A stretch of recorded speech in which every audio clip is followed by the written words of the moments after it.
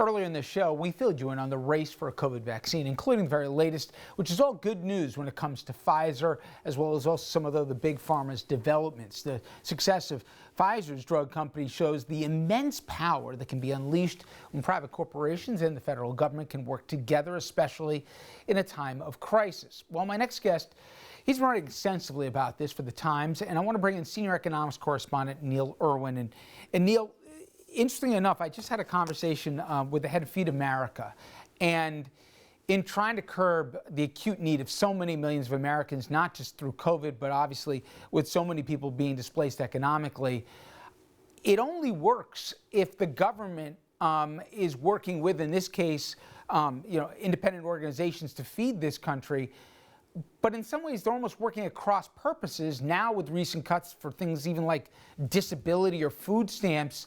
Not only, I know from your piece, they say got to work together, but if they're at cross purposes, it almost defeats the point. Absolutely.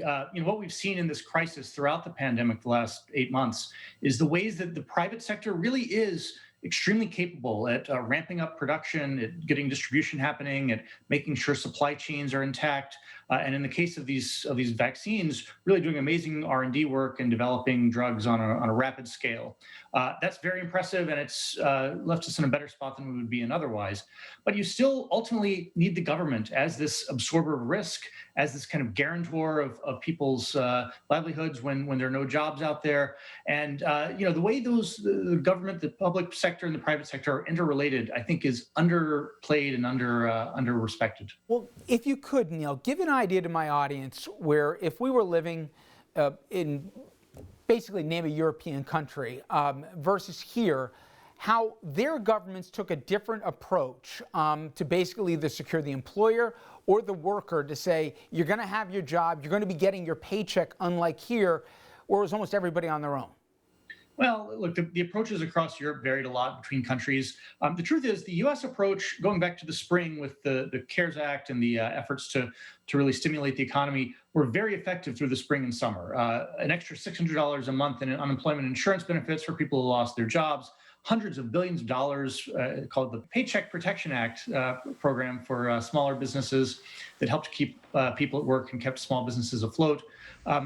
Some flaws, certainly. It's not as if everything was perfect, but those actions went a long way. I think the problem is we're now getting into month 8, 9 of this crisis, and we're not seeing any kind of re-upping of some of that stuff. And so now we're seeing people, if they're unemployed, they've now been unemployed for months. They're not getting that top off out of the government. They're not, getting the help that they might need to feed their family. That's why this is a very dangerous situation as we head into the winter. More businesses will shut down as the pandemic reappears, and that's a dangerous situation for the months ahead. I thought of you when I saw the story that's come out, the lawsuit regarding Tyson Foods, because you wrote about it in your piece about how early on, people may not forget it, but 7 months ago, there was runs in grocery stores, and people were worried if our food supply was going to match up with the food demand in this country. Forget about those, even for those who could afford it to go to the grocery store. We got through it, but we had a part where we had a lot of food processing plants where there was rife here with COVID infecting so many workers that it impacted their ability to put out food. Well, yesterday, if people saw, there's a lawsuit alleging that Tyson executives some were betting amongst each other how many of the guys in the front lines were going to get COVID. Now, that'll prove itself out or not in court. But my point is, there's another part that a role the government has, which is to make sure that there's a safe environment for the workers to go to work there and not to leave it strictly to the CEO to say, do whatever you want to do, and we'll even deregulate in the process. Nobody's going to be looking over your shoulder.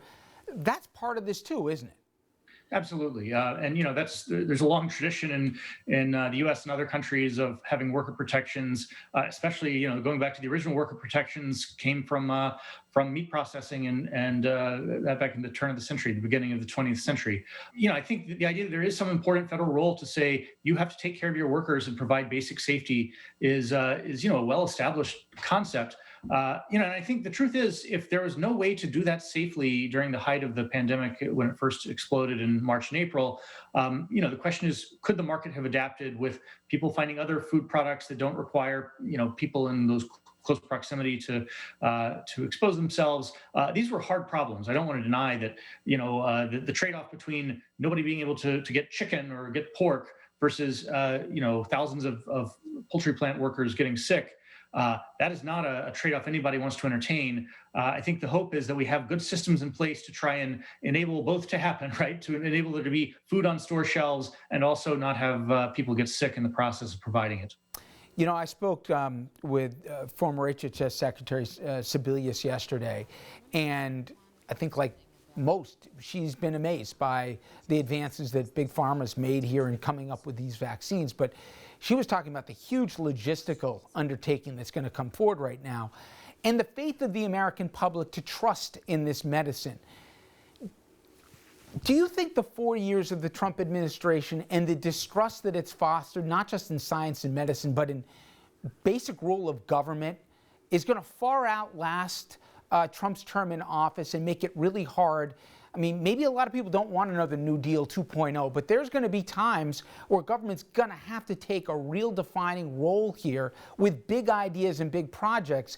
To me, at least, it seems the skepticism and cynicism duplicated in the last 4 years is going to make that hard to do. Yeah, I'm nervous about exactly what you're saying. I think there's so much distrust out there around anything coming from a position of authority, whether it's from the government, from big companies. People are not willing to be trusting, and there's so much kind of misinformation, disinformation floating around out in the ether.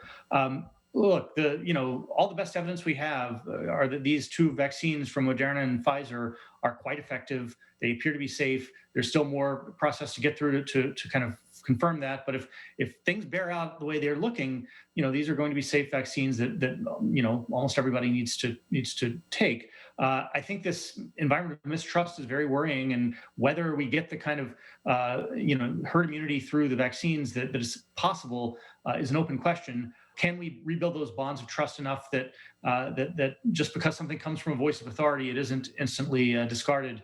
We're going to find out in the months ahead.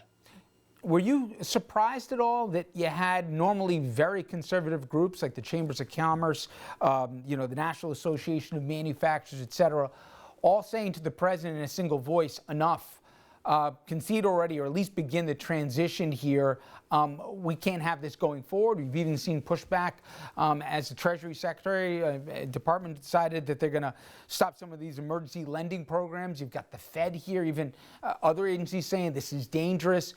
Are you surprised that from the business community there's been so much universality that they do not like the uncertainty the end of this administration is participating in?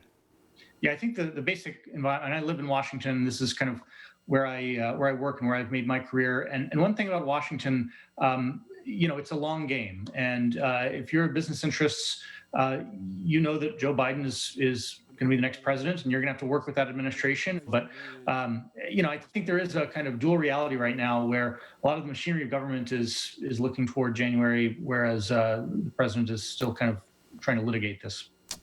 Yes, he is. Neil Irwin, thank you very much for the time. I appreciate it. Thanks for having me. And coming up next, at the beginning of the program, I showed, though albeit limited, but the dissent growing among Republicans about the president's actions here at the end of his first and only term. When we come back, I'm going to go across the aisle because there's a growing food fight in the Democratic Party. And of course, AOC, she's leading the charge for the progressive wing. She takes a lot of heat from moderates who say her policies, as well as her, let's say bombast, cost them their jobs in Congress. After the break, a progressive will join us to give her side of the story.